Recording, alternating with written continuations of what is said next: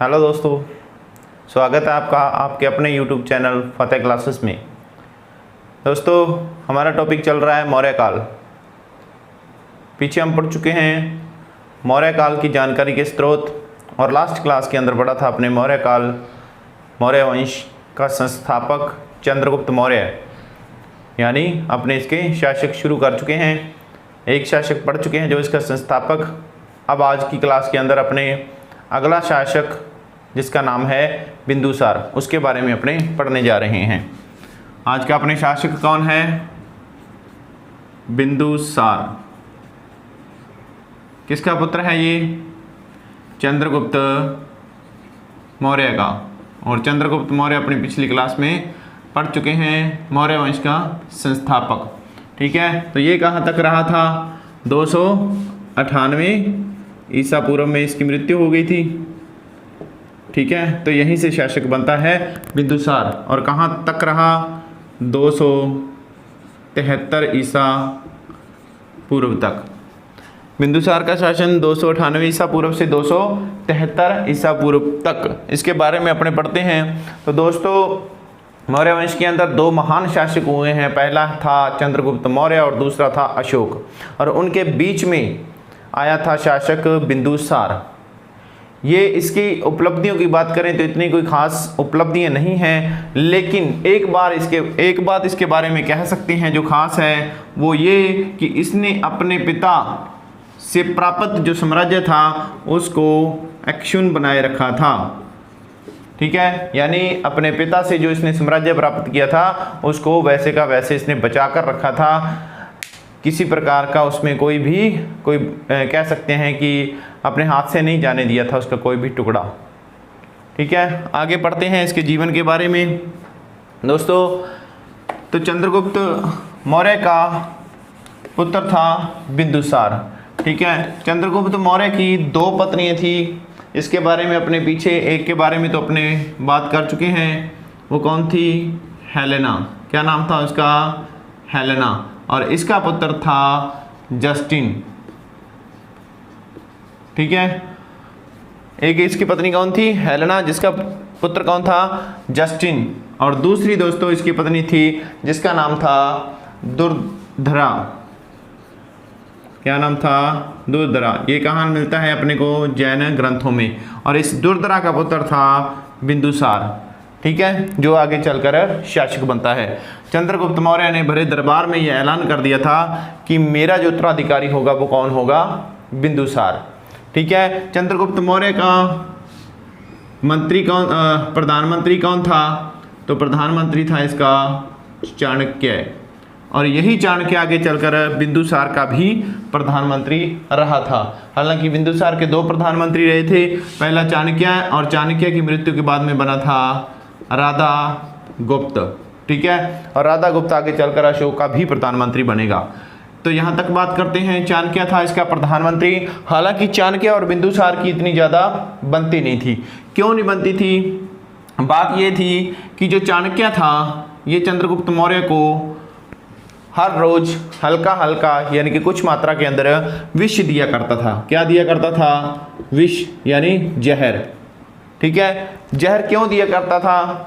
तो कहा यह जाता है कि उस समय जो विष कन्याएं होती थी, विष कन्याएं कौन होती थी? मतलब क्या था कि इस विष कन्याओं के काटने से आदमी की मृत्यु हो सकती है। यानी ये विष कन्याएं किसी भी आदमी को काटती तो उसकी मृत्यु हो जाती थी। अब इन विष कन्याओं के प्रभाव से बचाने के लिए चंद्रगुप्त को, यानी इन विष कन्याओं के द्वारा काटने से चंद्रगुप्त की मृत्यु ना हो जाए, इस से बचाने के लिए चाणक्य इसको धीरे धीरे थोड़ा थोड़ा करके विष जहर देता था, ताकि इसके अंदर वो क्षमता पैदा हो सके जिससे वो जहर का मुकाबला कर सके। ठीक है, तो क्या क्या है कि एक बार गलती से जिस वस्तु के अंदर विष मिला होता है उस वस्तु को खा जाती है दुर्धरा। कौन खा जाती है? दुर्धरा, यानी बिंदुसार की माँ। और उस समय जो बिंदुसार होता है वो इसके गर्भ में था। कहाँ था? गर्भ में। ठीक है, दुर्धरा खा जाती है, जिससे कि क्या होता है कि इसकी हालत बहुत ज़्यादा खराब हो जाती है। खराब हो जाती है तो जो चाणक्य था वो आचार्य शिक्षक तो था ही, बहुत बड़ा वैद्य भी था। तो ये क्या करता है कि इस दुर्दरा का ऑपरेशन करता है। ऑपरेशन यानी आज इसको क्या बोलते हैं अपने, सिजेरियन। क्या बोलते हैं, सिजेरियन। आज तो ये शब्द जो है वो नॉर्मल हो चुका है। आज तो हर कह सकते हैं कि हर दूसरा जो पेशेंट होता है डिलीवरी का, जो हॉस्पिटल में पहुंच जाता है, और खास करके जो प्राइवेट हॉस्पिटल में, उसका हर दूसरे पेशेंट का लगभग सिजेरियन ही होता है। डिलीवरी जो होती है सिजेरियन यानी कि ऑपरेशन के द्वारा। तो वापस आते हैं यहाँ पर कि दुर्दरा का क्या किया, सिजेरियन किया, यानी इसका जो पेट था, पेट को खोलकर बिंदुसार का जन्म करवाया गया। अब इसके अंदर क्या हुआ कि बिंदुसार तो बच गया लेकिन दुर्दरा की मौत हो गई। और इसी बात को लेकर जो बिंदुसार था वो अपनी माता यानी दुर्दरा की मौत का जिम्मेदार किसको मानता था, चाणक्य को। और इसी वजह से इनके अंदर थोड़ी अनबन थी। तो कैसे हुआ था जन्म इसका, सिजेरियन। तो यानी पहला शासक जिसका जन्म सिजेरियन से हुआ, यानी प्रथम शासक जो सिजेरियन से विख्यात है, ठीक है, वो कौन है, बिंदुसार। प्रथम ऐसा शासक जो सिजेरियन से जिसका जन्म हुआ था। ठीक है, तो यहाँ पर क्या होता है, दुर्दरा की मौत हो जाती है। अब एक बात और भी है इसके बारे में कि ये जो बिंदुसार है, इसका नाम बिंदुसार कैसे पड़ा, तो इसके बारे में बात ये है। एक तो कहा यह जाता है कि उस विष के कारण जो बिंदुसार के मुख पर छोटे छोटे डॉट्स यानी बिंदु बन गए थे, जिसके बाद इसका नाम बिंदुसार पड़ा। और एक बात ये भी है कि उससे क्या हुआ कि यहाँ इसको विष देने के बाद जो विष था इसकी माता के गर्भ में जाने के कारण जो इसका बिंदुसार का जो शरीर था, उस शरीर में एक जगह पर जाकर वो विष एकत्रित हो गया। ठीक है, और एक बिंदु पर, और इसीलिए वहीं से इसका नाम पड़ गया बिंदुसार। ठीक है, ये कहानी थी इसकी जन्म की। यहाँ कौन सा शासक कहलाया, ये सिजेरियन। नाम क्या है इसका, बिंदुसार। अब इसके और भी कुछ नाम मिलते हैं, अलग अलग जो इतिहासकार हैं उन्होंने बहुत सारे नाम बताए हैं, उनके बारे में अपने बात करते हैं। और इसके कौन से नाम हैं, तो सबसे पहले बात करते हैं ग्रीक शासकों की, और सॉरी इतिहासकारों की, ग्रीक इतिहासकारों की। यानी जो ग्रीक साहित्य है उसके अंदर इसके नाम कौन कौन से मिलते हैं, तो वहाँ पर एक नाम मिलता है अमित्रघात। क्या नाम है, अमित्रघात। और ये नाम जो अमित्रघात जो नाम है, ये सिर्फ ग्रीक साहित्य में ही नहीं, यह महाभाष्य में भी मिलता है। कौन से ग्रंथ में, महाभाष्य में। और ये जो महाभाष्य ग्रंथ है ये किसने लिखा था, ये लिखा था पतंजलि ने। किसने लिखा था, पतंजलि ने। और इस ग्रंथ के अंदर क्या नाम मिलता है, अमित्रघात। अब ये अमित्रघात जो नाम है, इसके अमित्रघात भी नाम मिलता है, अमित्रोकेटस भी नाम मिलता है। अमित्रघात, अमित्रकेटस, इस प्रकार से एक ही नाम है, ये अलग अलग जगह पर इस प्रकार से लिखा हुआ मिलता है। अगर इसके शाब्दिक अर्थ की बात करें तो इसका अर्थ है शत्रुओं को खाने वाला। ठीक है, अब इतनी बड़ी इसके पास उपाधि थी तो अपने ये भी नहीं कह सकते कि ये बिल्कुल ही नालायक था। ठीक है, ऐसा भी नहीं इसके बारे में बोल सकते, क्योंकि इस प्रकार की उपाधि है इसके पास, शत्रुओं को खाने वाला, यानी कि शत्रुओं का नाश करने वाला। अब ज़्यादा तो इसके बारे में कुछ अपने कह नहीं सकते, कोई युद्धों वगैरह का वर्णन नहीं मिला है, लेकिन एक बात जरूर मिली है इसके अंदर। उससे पहले अपने थोड़ा इसके नाम, एक दो नाम और हैं, जैसे वायुपुराण में इसको क्या बोला गया है, वायुपुराण में बोला गया है इसको भद्रसार। क्या बोला गया है वायुपुराण में, भद्रसार। और जैन ग्रंथों में बोला गया है इसको सिंहसेन। क्या बोला गया है, सिंहसेन। तो ये इसके कुछ नाम हैं जो अलग अलग इसके नामों से इसको पुकारा जाता है। तो अब आपको क्वेश्चन आ जाए, सिजेरियन शासक कौन, बिंदुसार। ठीक है। और मित्रघात, मित्रकेटस, भद्रसार, सिंह सेन किसके नाम हैं? ये सारे नाम हैं बिंदुसार के, जो कि चंद्रगुप्त मौर्य का पुत्र। अब बात कर रहे थे कि ये अपने इसको ये वाली उपाधि मिली है, तो यानी कि ये इतना भी कह सकते हैं कि नालायक प्रकार का शासक नहीं था, फिर भी ये कुछ कह सकते हैं कि इसने युद्धों वगैरह के अंदर भाग जरूर लिया था। कुछ विद्रोह हुए थे जो इसने दबाए थे। उसके अलावा इसके बारे में बताया गया है कि जो तिब्बती जो इतिहासकार है जिसका नाम है तारानाथ, वो इसके बारे में क्या लिखता है? तारानाथ लिखता है इसके बारे में दोस्तों कि इसने यानी बिंदुसार ने 6 नगरों तथा उनके राज्यों को 6 नगरों तथा उनके राजाओं 6 नगरों तथा उनके राजाओं को नष्ट कर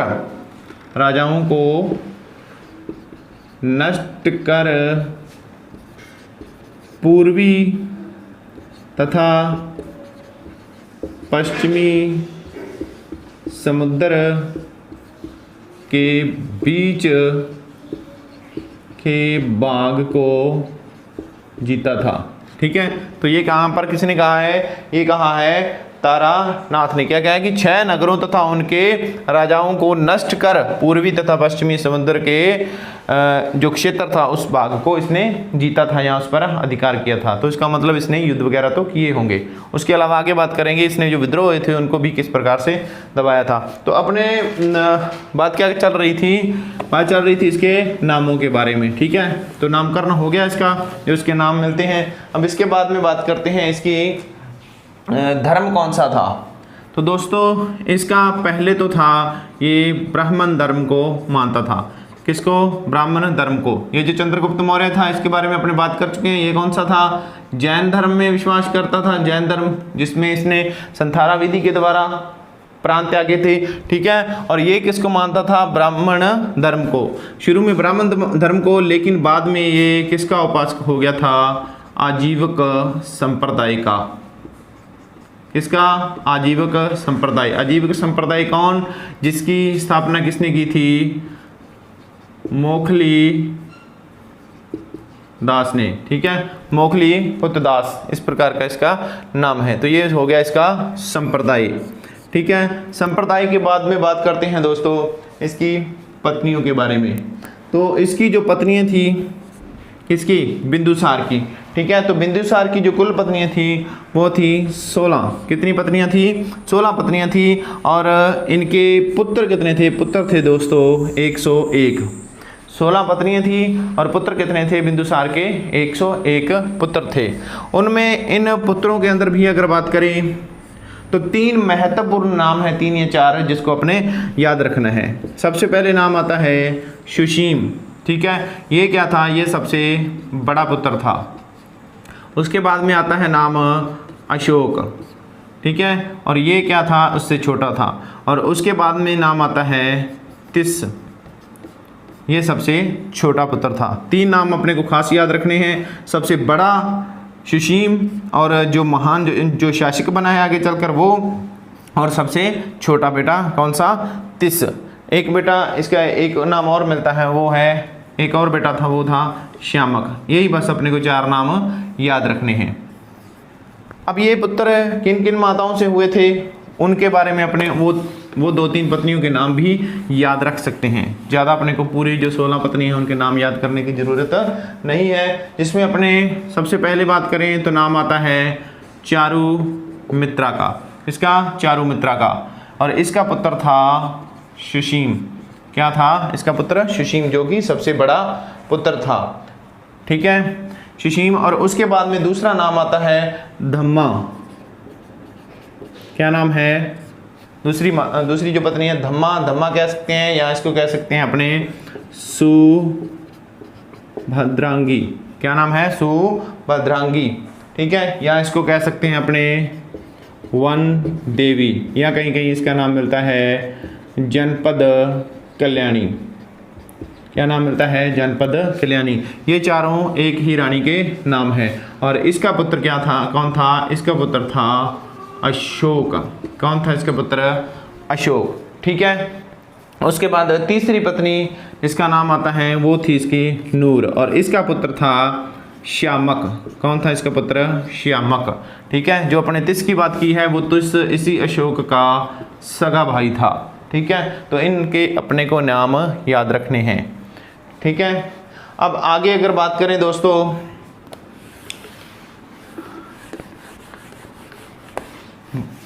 बात करते हैं कि बिंदुसार के समय में दो प्रमुख विद्रोह हुए थे। क्या हुआ था? दो प्रमुख विद्रोह हुए थे। और ये दो प्रमुख विद्रोह कहाँ हुए थे? ये दो प्रमुख विद्रोह हुए थे दोस्तों तक्षशिला में। कहाँ पर हुए थे? तक्षशिला में। दोस्तों इस प्रकार से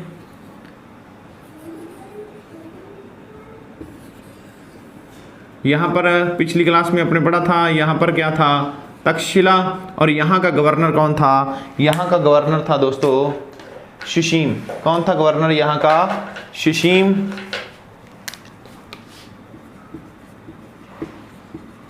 और यहाँ पर कौन था? मगध। और यहाँ पर था आपका उज्जैन। उज्जैन, यहाँ कह सकते हैं इसको अवंती, ठीक है।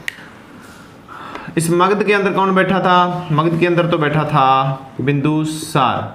और यहाँ कौन बैठा था? यहाँ बैठा था दोस्तों अशोक। यानी यहाँ का गवर्नर कौन था? अशोक था। और यहाँ का गवर्नर था सुसीम। और यहाँ बैठा था बिंदुसार, और बिंदुसार के साथ ही बैठा था तिस, ठीक है। यहाँ तक्षशिला में क्या होता है? तक्षशिला में दो विद्रोह होते हैं, ठीक है। पहला विद्रोह होता है तो उस टाइम मगध का जो शासक होता है बिंदुसार, वो अपने पुत्र अशोक को मैसेज भेजता है और उसको भेजता है कहाँ पर? तक्षशिला में, ठीक है। पहला जो विद्रोह होता है उसको दबाने के लिए कौन जाता है? अशोक। और उस विद्रोह को ये अशोक दबा देता है, यानी कि वहाँ पर सफलता प्राप्त करता है। पहला विद्रोह हो गया, दबा दिया।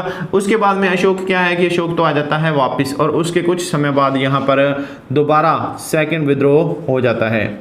और इस विद्रोह को सुसीम को भेजा जाता है। सुसीम को कहा जाता है इसको दबाने के लिए, लेकिन उसमें सुसीम क्या होता है?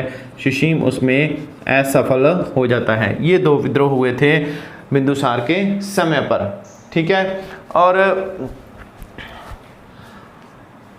इन विद्रोहों की बात करें कि इनका जिक्र कहाँ पर आया है, तो इसका जिक्र आया है दोस्तों दिव्यावधान ग्रंथ में। इन दोनों विद्रोहों का जिक्र कहाँ पर मिलता है अपने को? दिव्यावधान में, ठीक है। इसके बाद में आगे अगर बात करें विदेशी संबंधों के बारे में बात करते हैं,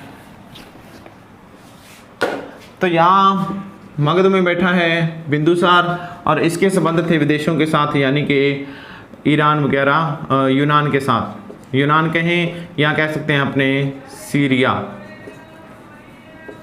क्या था? सीरिया। सीरिया का शासक था एंटियोक्स। क्या नाम था उसका? एंटियोक्स। एंटियोक्स को मगध के शासक यानी कि बिंदुसार ने पत्र लिखा। पत्र क्या लिखा? मैत्रीपूर्ण पत्र लिखा, ठीक है। और उस पत्र के अंदर बिंदुसार ने तीन चीज़ों की मांग की। कितनी चीज़ों की? तीन चीज़ें मांगी इससे। किससे? एंटियोक्स से, ठीक है। और एंटियोक्स कहाँ का शासक था? यूनान का या सीरिया का, एंटियोक्स प्रथम, ठीक है। इससे क्या डिमांड की इसने? क्या मांग की? तीन चीज़ों की मांग की। कौन कौन सी? तो इसके अंदर नाम आता है नंबर 1 मीठी शराब। क्या मंगाया था इसने? मीठी शराब। और शराब के साथ दूसरी क्या चीज़ मंगाई थी? वो मंगाए थे सूखे अंजीर। क्या मंगाया था? सूखा अंजीर। और तीसरे नंबर पर चीज़ मंगाई थी इसने, वो था दार्शनिक। क्या था? दार्शनिक। अब यहाँ पर एंटियोक्स प्रथम ने जो मीठी शराब थी वो भी इसने भेज दी, यस कर दिया। सूखे अंजीर भी भेज दिए, वो भी यस कर दिया। लेकिन दार्शनिक भेजने से मना कर दिया। दार्शनिक भेजने से मना कर दिया। क्यों मना कर दिया? तो इसने कहा कि हमारे देश में यानी कि यूनान की जो परंपरा है वहाँ पर दार्शनिकों का क्रय विक्रय की परमिशन नहीं है, यानी हमारे धर्म के अंदर क्रय विक्रय, दार्शनिकों का क्रय विक्रय नहीं किया जाता। लेकिन इसके बदले में एंटियोक्स ने क्या किया कि अपना एक राजदूत जिसका नाम था डायमैक्स। क्या नाम था, डायमैक्स। डायमैक्स को भेज दिया कहाँ पर, इसके पास बिंदुसार के दरबार में। कौन सा राजदूत भेजा, डायमैक्स। और ये दूसरा राजदूत था, दूसरा विदेशी राजदूत। पहले कौन आया था, पहला आया था चंद्रगुप्त मौर्य के समय में, जिसका नाम था मैगस्थनीज, ठीक है। और दूसरा कौन सा आया, डायमैक्स। ये अपने को वर्णन कहाँ मिलता है, ये अपने को वर्णन मिलता है स्ट्रैबो द्वारा।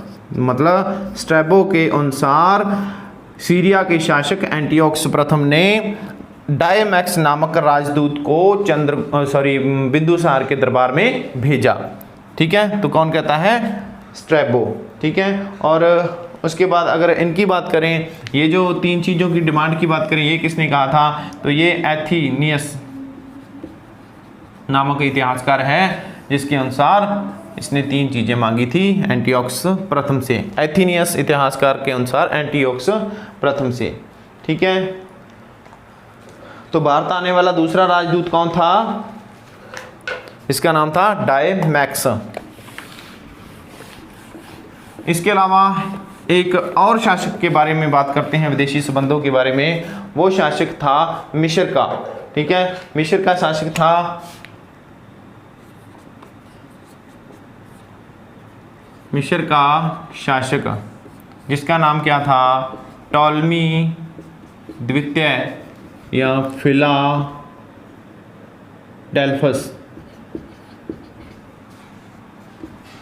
क्या नाम था, मिस्र का शासक कौन था, टॉलमी द्वितीय या फिलाडेल्फस। तो इसने भी अपना एक राजदूत बिंदुसार के दरबार में भेजा था। कौन सा राजदूत था, उसका नाम था डायनोसियस। क्या नाम था, डायनोसियस। किसने भेजा था, फिलाडेल्फस ने। और ये किसके अनुसार है, ये है प्लिनी के अनुसार। यानी स्ट्रैबो ने किसके बारे में बताया, स्ट्रैबो के अनुसार सीरिया के शासक एंटियोकस प्रथम ने राजदूत भेजा, जिसका नाम क्या था, डायमैक्स।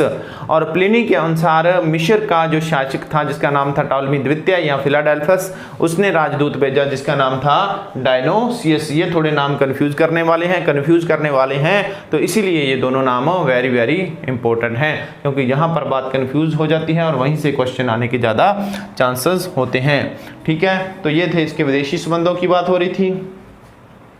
उसके बाद अगर बात करें आगे दोस्तों, तो बिंदुसार के दरबार के अंदर एक 500 सदस्यों की मंत्री परिषद थी।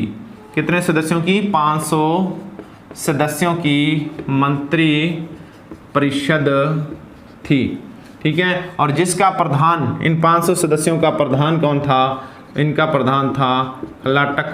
क्या नाम था उसका, 500 सदस्य की मंत्री परिषद थी, जिसका प्रधान कौन था, खल्लाटक।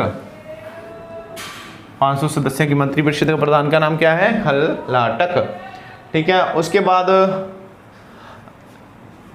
इसका एक दरबारी था, किसका, बिंदुसार का, जिसका नाम था पिंगल वत्स, या कह सकते हैं अपने पिंगल वत्स जीवी, ठीक है। ये किससे था, ये आजीविक संप्रदाय से संबंधित एक व्यक्ति था जो इसके दरबार में रहता था। इसने एक भविष्यवाणी की थी। क्या की थी, भविष्यवाणी। और वो क्या भविष्यवाणी थी, वो भविष्यवाणी थी दोस्तों कि इसने कहा था कि अशोक आगे चलकर आपकी जगह पर सम्राट बनेगा। और कैसा सम्राट बनेगा, एक चक्रवर्ती सम्राट बनेगा। कौन, अशोक, ठीक है। तो अशोक के बारे में भविष्यवाणी किसने की थी, पिंगल वत्स ने, जो कि आगे चलकर सही भी साबित हुई है। तो ये था छोटा सा टॉपिक किसके बारे में, बिंदुसार के बारे में, ठीक है। तो अपने दो शासक पढ़ चुके हैं मौर्य वंश के, कौन से, चंद्रगुप्त, और दूसरा कौन था, बिंदुसार। अब अपने तीसरी क्लास जो आएगी वहाँ पर पढ़ेंगे अपने अगली क्लास के अंदर जो इस वंश का जो सबसे प्रतापी शासक था, जिसका नाम था अशोक, और उसको बोला जाता था अशोक महान। वो महान था या ना, उसकी जो तथ्य हैं वो मैं आपके सामने पेश करूंगा और आप खुद अंदाज़ा लगा सकते हैं कि वो महान था या कैसा था, ठीक है। किस प्रकार से उसने अपने 99 भाइयों की हत्या की थी। टोटल अपने बात की थी ना कि कितने बेटे थे इसके, 101। किस प्रकार से उसने 99 भाइयों की हत्या करके और गद्दी पर बैठ गया था, किस प्रकार से उसने महाविनाशक युद्ध कलिंग का युद्ध लड़ा था और किस प्रकार से एकाएक इतना खतरनाक यानी कि इतना भयंकर युद्ध करने के बाद एकाएक से उसने अपनी तलवार फेंक दी थी, अपने हथियार फेंक दिए थे और एकदम से इतना खून खराबे वाला शासक अहिंसा का पुजारी बन गया था। इन सब बातों के बारे में अपने पढ़ेंगे अपनी अगली क्लास में। दोस्तों, आपको हमारी वीडियो पसंद आई तो इसको लाइक करें। हमारे चैनल पर अगर आप पहली बार आए हैं तो प्लीज़ इसको सब्सक्राइब कीजिए, इसको ज़्यादा से ज़्यादा शेयर कीजिए, अपने दोस्तों से भी इसको सब्सक्राइब करवाइए। बहुत बहुत धन्यवाद। Thank you.